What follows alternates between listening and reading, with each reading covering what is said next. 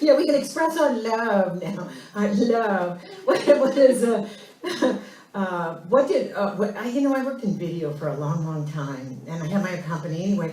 And my business partner, when I became a minister here, he said, "Oh, I can't wait! It's going to be called the Church of the Four-Letter Word." I went, yes, love. It's all about love, but it is all about love. It's always been all about love.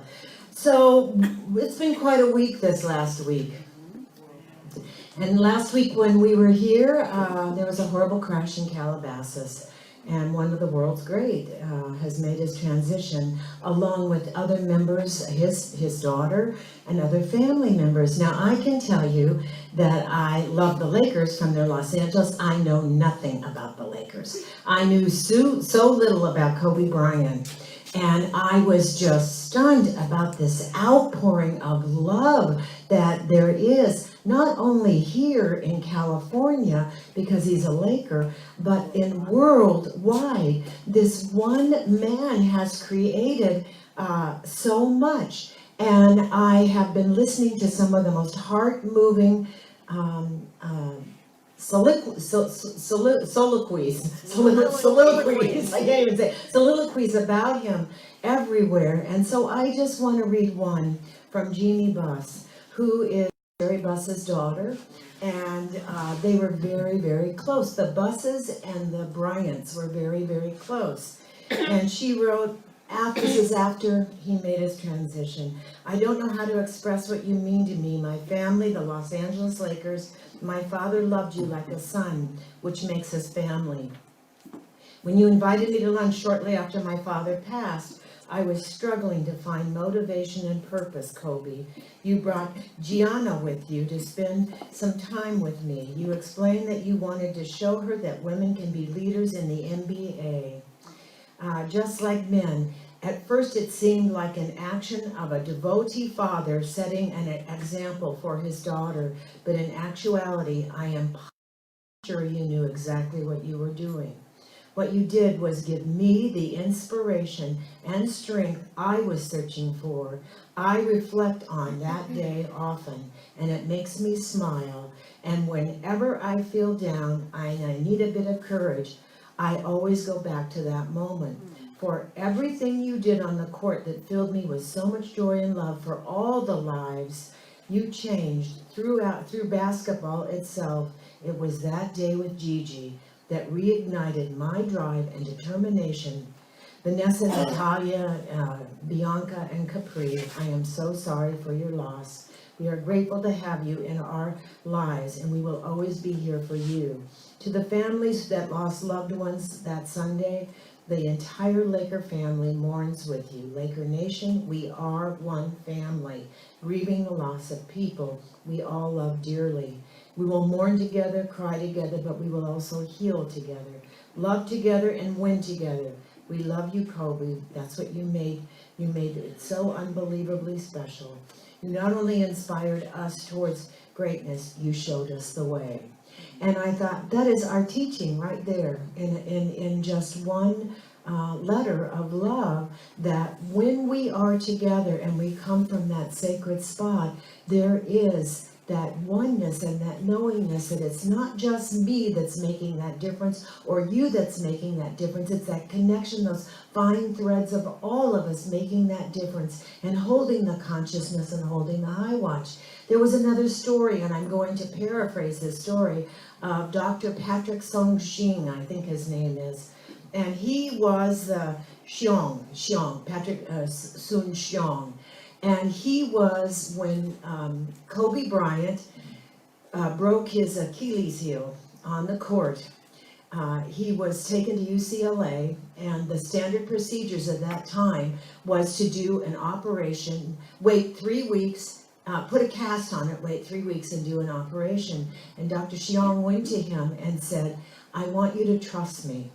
If you can trust me, I'm going to tell you what happened to me, and he is a doctor.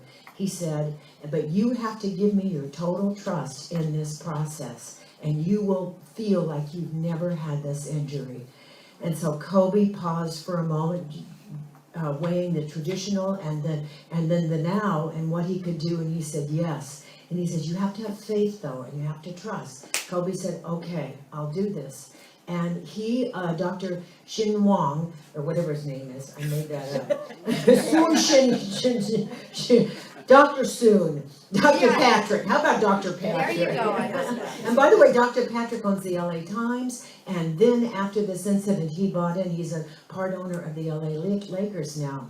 So he went into the surgery room with the surgeon, and together, not only did they do microsurgery, but he did stem cell regeneration.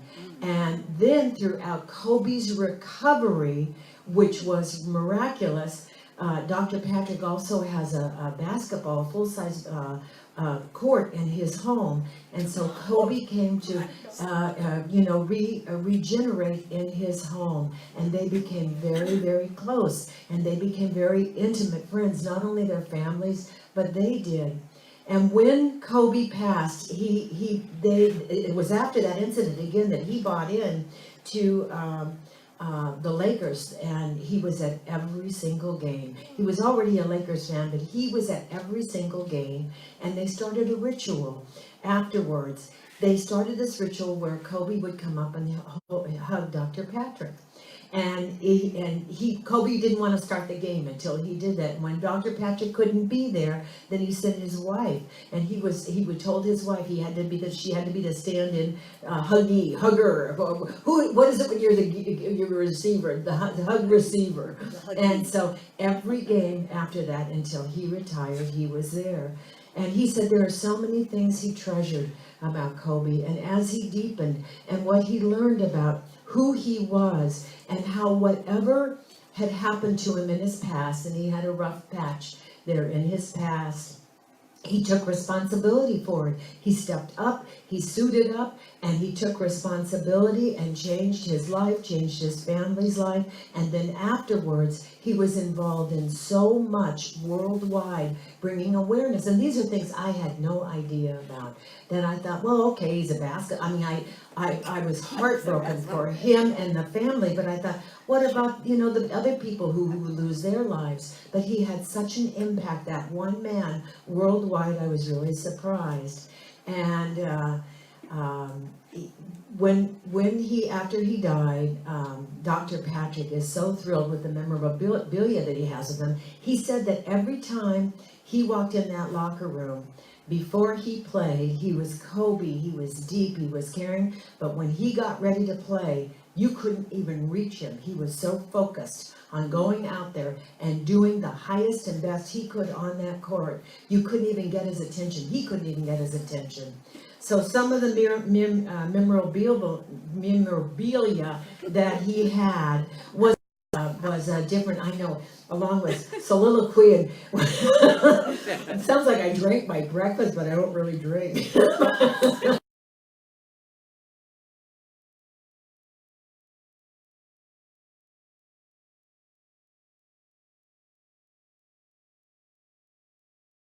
Has his tennis shoes and like he has like a shrine to him in his home. And one of the things he has is on Time magazine, where Kobe's on the cover. There's a simple, personally signed inscription, and what it says, and it was so heartfelt: "To Pat, thank you for saving my career, Kobe 24." Wow. So not only does this man, I saw him on a news show, and I was so taken with him that I wrote down his story about what he learned from Kobe Bryant, and is still learning from Kobe Bryant, and the families are still very, very close. But you don't realize that the pain, I love that, I had the same quote you had, so I can't say it, about Maya Angelou, and that when we allow ourselves to love, what are we opening up to? Tremendous joy and tremendous pain. And so what is that pain all about? And how can we protect ourselves? You can't. If you're going to be authentic and go to that deeper spot, to learn, you have to be open and receptive, open at the top. And so when you are open at the top and you allow that love in, then you are just opening up the doors for anything that comes your way to deepen you and make you more awake, aware, alert. You know, it's so interesting. Animals, I saw that animals, when they make their transition over that connection, and why is that? And a lot of us do. There's no barriers. There's no barriers. In deep relationships, there are always, you know, the ups, the downs, the struggles, the getting to know one another, the freedom. I always say relationships are like, you grow up, you meet someone, you come together, and you're so bonded together, and you have a family, and so you're bonded with the family, and you expand a little more through schools and, you know, and everything else, and then you widen out, and then you figure out that what you're really all about after the children are gone, or whatever is gone, is that you're there for service. You're there to even give even greater things. So you come together for that greater vision. I know this isn't an overview, but then you come together in a greater vision for greater things to have happen in not only your life, but the life of the world. So in Flush's life, I won't even read this again. So what is getting in the way of letting love live through us? I think several things. One, some are real and some are imagined. Our primary concern is at the center of our being. We know that we hide from things in our subconscious. We hide, and those things that we hide from are the things that run our lives. I can tell you that growing up, there were secrets in my household. There's probably secrets in everybody's household, but those secrets ran our family that I was not aware of until I was older and realized who my parents, who were wonderful, that expansiveness of who they are and their trials and their tribulations, and there were a lot of them, but they wanted to be pure as the driven snow, so we would be pure as the driven snow. Good luck on that one. So anyway, so D.H. Lawrence says, I am not a mechanism, an assembly of various sections, and it is not because the mechanism is working wrongly that I am ill. I am ill because wounds to the soul, to the deep emotional self, and the wounds to the soul take a long, long time and can help you deepen who you are. Patrick would always say, time heals all wounds, and that he always use that turn of phrase, time wounds all heals. So you have both sides of it. So, Yeah. so it's not always easy to do the right thing. It's easier to get cleaner and what to bring into the world when you do the right thing, but sometimes it's just not as easy to do the right thing. And so the attention of the inner holy love that we carry with us, we have to bring ourselves back to that and remember who we are. We are that divine love. We are that purity. We are on here, this planet, to discover who we are. Some people, metaphysical people, say that we are. If you were born into this earthly existence in this lifetime, it's because you are here to experience emotion. And emotion is the hardest. It's the hardest place. This is the most beautiful place, and it is the most difficult place because you are here to remember who you are. As Krishna said, the most important thing you can do. And how do you know that? From knowing the good, the bad, the struggles, whatever it is to take you to get to that subconscious soul that just speaks to you, and you know that you know that you know what truth is, and that truth always sets us free to go on to other things. So by removing false beliefs and engaging with true higher self, you're choosing a place. You are opening, you are making that ground, that fertile ground, to put that seed in it that absolutely just says yes when you plant it. But you can't plant a seed in rocky soil many times. It's just not going to grow. You have to get to that fertile ground that is clean and clear and understanding where you've been and where you're going, for you to say this absolutely in all your truism and all know. So love does not overcome hate and fear by argument or force, does overcome hate and fear, but not by argument or force, but by some subtle power of transformation, transmutation, sublimation, invisible in its essence, but apparent through its act. So it always makes me sound like we're best friends, but we're not. My cousin, Alan Arkin, My cousin Bonnie is who I'm very, very close to. It's Alan, Bob, and then Bonnie. And Bonnie is, we met about 15 years ago now. I looked to Lenny too. And she was a religious science minister. And she went to school with Dr. Sue. And she was right over here at the time, and I could not believe, and meeting her was like meeting a twin soul. Alan has this new book out, and it's called Out of My Mind. It's an Audible book, and it's all about the mysticism he experienced in his lifetime. And also, what makes people heal? What makes people go deeper? And also, the journey itself is not an overnight journey many times. It's like it's like you walk in and it's like opening a door and saying, okay, I'm never going to be angry again, or I'm never going to hurt people's feelings again, and then you slam the door, and I'm going to be this person, but you've done no groundwork. You've done none of the toiling of the soul, none of the weeding out of that which is keeping you back. You look deeply into who you are. So many times it takes time to get to that point in your life. And healing comes when you are at that pure level and you have faith and you trust. Just like Kobe trusted Dr. Patrick. When you let go, and I'm not saying we're all the divine. And so Kobe was trusting the divine in Dr. Patrick, and what they connected with was that divine soul to soul. But when you trust, you let go, and despite any inconvenience you may have in your life that you know is not serving you to your highest and good, when you let that go, step out into something new, be open at the top, then you are on your way on this eternal path of becoming, going back to source. I love the Zen story, and I'm sure many of us have heard it, about the professor who was so immersed in his studies, and he was on that spiritual quest. And so in that spiritual quest, he's looking for this guru, this perfect teacher, and he travels across the world up a huge, huge mountain and finds the guru, and the guru welcomes him and is so warm with him and says, come, my child, come. And he sits down with him, and this man proceeds to tell the guru everything he knows and what he's looking at. And the guru simply says, would you like a cup of tea? And we've heard that before. And he says, why, yes, I would, the professor says. And so the guru just starts pouring and pouring and pouring, and it outpours on the cup. And he goes, why, that cup, the tea's falling all over. He said, you are like that tea in that cup. There's no space for me to even offer anything to you, because you know everything.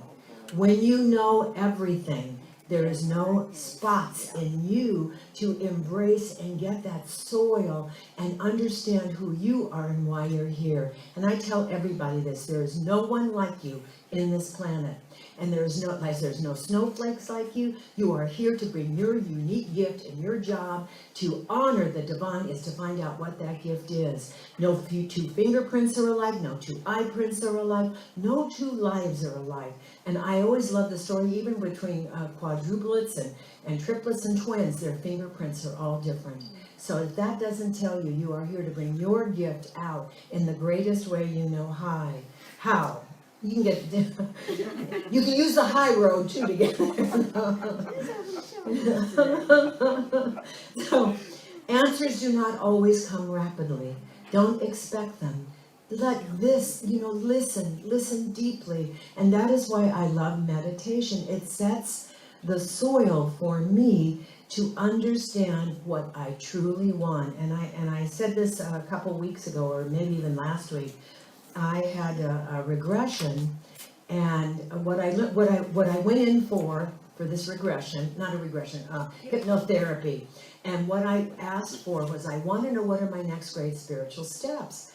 And what came out of this, and it was just really a surprise to me, and it'll sound like, oh, big deal, but it was a big deal to me. I was in conflict about the paths I should be following. I thought it was, not even knowing of it, there are so many, there's not just black and white. And like when you look at a color, you see the color from afar, or you see the details from afar, but when you get close, that color blends. And when you pull back, that color blends out into the sky. So we are always in so much of the openness of finding out who we are. So these were my conflicts. I came out knowing that what I wanted really was the love of the Christ consciousness, the intelligence, what I see the intelligence as the Krishna, and the detachment of the Buddha. And I can't tell you, it was so freeing. And I had no idea how much conflict I had been in for all these years. All these years. It's exhausting. No, to even come to this point of knowing was major for me. So when you are open at the top and aware, how many have had those? I know, because I've spoken to some of you, we've had those moments where you recognize a soul, or you recognize that you're one with everything. And who has had those moments? I invite you to go home this week, write down those moments to remind you of what has awakened you, what has brought you forth in greater ways than ever before, and inspired you to be the best and the brightest that you are meant to be. You're here to shine your light. Don't dim your light. You are taking away from that which is in all of eternity and immortality. You are here to shine your light, find what it is, and to do it. So I invite you to be like that empty cup and trust that power like Kobe did in his healing, in his Achilles heel that is greater than you are. It was a soul healing. It wasn't just a healing.